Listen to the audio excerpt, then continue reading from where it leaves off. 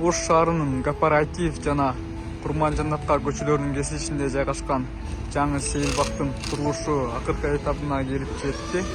Эске салсак, мэр Жеңишбек Токторбаевдин демилгеси менен тоскоолдук жараткан курулуштар алынып салынып, каналдын борук аймагы бошотулган. Учурда атайын жаштар үчүн жайкы сахна орнотулуп жатат жана эс алуучулар үчүн атайын отуруштар жана беседкалар коюлууда. Андан сырткары сейил бактын жашылдандыруу жана жарыктандыруу иштери жүрүп жатат.